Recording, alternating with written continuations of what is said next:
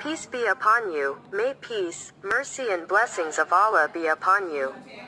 Back again with the Onladif YouTube channel, which this time discusses the origin of the bloody Israeli-Palestinian conflict. Who is involved, what are the interests, how the political process you can see in this video. Because this conflict is very interesting, a conflict that has not been resolved until now. Even when the United Nations was able to resolve many international conflicts. Hopefully what is presented can provide a clear understanding of the Palestinian-Israeli conflict. Before we discuss the origin of the bloody Arab-Israeli conflict, please subscribe first, share it with others, and don't forget to watch it until it's finished. Yo, come on.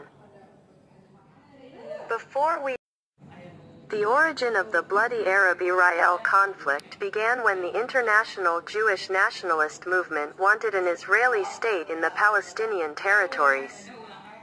The Zionist movement emerged in Central and Eastern Europe at the end of the 19th century and called for the Jews to migrate to the land of Palestine under the pretext that it was the land of the fathers and grandparents, Eretz Israel, God's promised Holy Land. International Jewish nationalist movement that wants the state of Israel in the Palestinian territories. The Zionist movement emerged in Central and Eastern Europe at the end of the 19th century and called on the Jews to migrate to the land of Palestine under the pretext that it was the land of the fathers and grandparents, Eretz Israel. The Zionist movement was strongly supported by Lord Lionel Walter Rothschild, chairman of the wealthy British Jewish community. Chaim Weizmann was also supported by French Jewish figures. Baron Edmund de Rothschild, from Russia, such as the communist-blooded Jews Leon Trotsky and Joseph Stalin. On the other hand, Britain was very ambitious to win World War I and get rid of the Ottoman Turks from the oil-rich Arab region, so that by helping the Jews, it is hoped that in the war with Turkey in the Arab region, Britain will get strong military support from the United States military, whose president under the influence of the American and Turkish Jewish lobby can be removed from the Arab world. On the other hand, Britain hopes that Jewish businessmen can invest in the region. Arabs and North Africans who entered the British protectorate, especially in the Palestinian area, so that Britain had a source of income in the future. On April 3, 1917, Mark Sykes, a British diplomat, met with David Lloyd George, British Prime Minister, Lord Curzon, and Maurice Hankey to receive a letter of assignment in connection with their mission, namely to try not to withdraw their support and at the same time try not to harm the movement of the French. Neither the Zionists nor the opportunity to thrive under British auspices made any political promises with the Arabs, especially political promises relating to Palestine.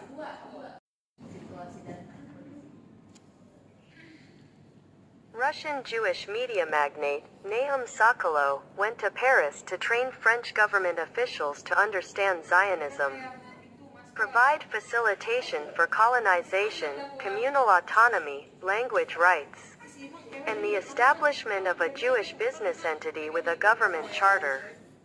Mark Sykes continued his trip to Italy and held meetings with the British ambassador and representatives of the British government at the Vatican to once again clear the way for Nahum Sokolow.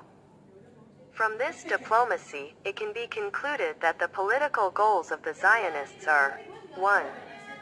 Must establish the nation-state of Israel under the protection of Britain and France. 2. Forbid Britain and France to promise or support the Palestinian people to establish a state. 3. Use Britain and France and the Soviet Union to strengthen the nation of Israel. 4. Obtain political and military support from Italy by meeting with Foreign Minister Sidney Sonnino and Prime Minister Paolo Biselli. 5. Get support from Pope Benedict XV. To carry out the strategy of controlling Palestinian land and establishing the State of Israel, the Zionist strategy is A. Buying Sultan Abdul Hamid II plantation land in the Palestinian area. B. Putting Jewish figures to power in England and America. C. Lobbying Britain to support migration to Palestine. D. Overthrow the power of Sultan Abdul Hamid II. E. Divide the Muslim Ummah. To carry out the international Jewish nationalist movement that wants the State of Israel in the Palestinian territories. The Zionist movement emerged in Central and Eastern Europe at the end of the 19th century and called on the Jews to migrate to the land of Palestine under the pretext that it was the land of the fathers and grandparents, Eretz Israel. On the other hand, the UK led by David Lloyd George also has ambitions for the Middle East region, namely 1. Splitting the Ottoman Empire. 2. Take over the territory of the Ottoman Turks. 3. Help establish a secular Arab state. 4. Encouraging Jews to migrate to Palestine. Meanwhile, the political interests of the Arab nationalists were 1. Using the political and military power of Britain, France and Italy to escape the rule of the Ottoman Turks. 2. Establishing a country on the basis of nationalism. 3. Getting rid of political Islam. The obstacle to the goal of this Zionist organization movement was the emergence of the Pan-Islamism movement, which was pioneered by Jamaluddin al-Afghani and Sultan Abdul Hamid II, who wanted to unite Muslims in one caliphate and liberate Muslims from colonial rule by Western nations, British, French, Dutch. Islamic nationalists in various countries welcome this idea. This idea spreads to all Islamic nationalists in colonized countries where the majority of the population is Muslim. In its application, the idea of Pan-Islamism is more moderate and influenced by local and national political factors in their country. In their idea, although not in the form of one caliphate or one state, their target is to free their nation from Western colonialism and establish a state based on Islamic values and norms. In Europe, in England, the strategy of the Zionists succeeded in bringing Arthur Balfour abroad. In the United States, the Jewish lobby is even the key to who should become President of the United States. The Zionist leader, Chaim Weizmann, held a meeting with Arthur Balfour at the British Foreign Office on March 22, 1917. 2 days later, Chaim Weizmann revealed that the Zionists would prefer Palestine to be made into a British protectorate instead of a United States protectorate territory, France, or an international administrative area. At the request of the chief Zionist, British Foreign Minister, Arthur Balfour issued a response November 2, 1917, which is often called the Balfour Contents Declaration. The declaration reads, "His Majesty's government views favorably the establishment in Palestine of a national residence for the Jewish people, and will use its best endeavors to facilitate the achievement of this goal. Knowing that no action will be taken which may injure the civil and religious rights of non-Muslim communities, Jews already in Palestine, as well as the rights and political status that Jews enjoy in any other country." To realize its foreign policy steps, the British government made a political strategy in the Middle East, namely, 1. Giving the promise of independence to the Arabs. The Sharif of Mecca and the Ibn Saud family was conveyed through correspondence between Henry McMahon and Husayn bin Ali al-Hashimi. 2. Encouraging the political support of France, Italy and the Pope against the Zionist movement on the grounds of protecting the Christian community. 3.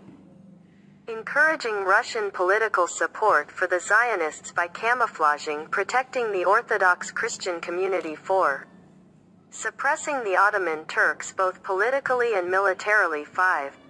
Provide political and military protection against waves of Jewish migration. 6. The British Foreign Office actively encouraged Jews to emigrate to Palestine. For example, through the appeals of Charles Henry Churchill, delivered by letter in the period 1841 to 1842, to Moses Montefiore, leader of the British Jewish community. On the other hand, the UK led by David Lloyd George also has ambitions for the Middle East region, namely, 1. Splitting the Ottoman Empire. 2. Take over the territory of the Ottoman Turks. 3. Help establish a secular Arab state. 4. Encouraging Jews to migrate to Palestine.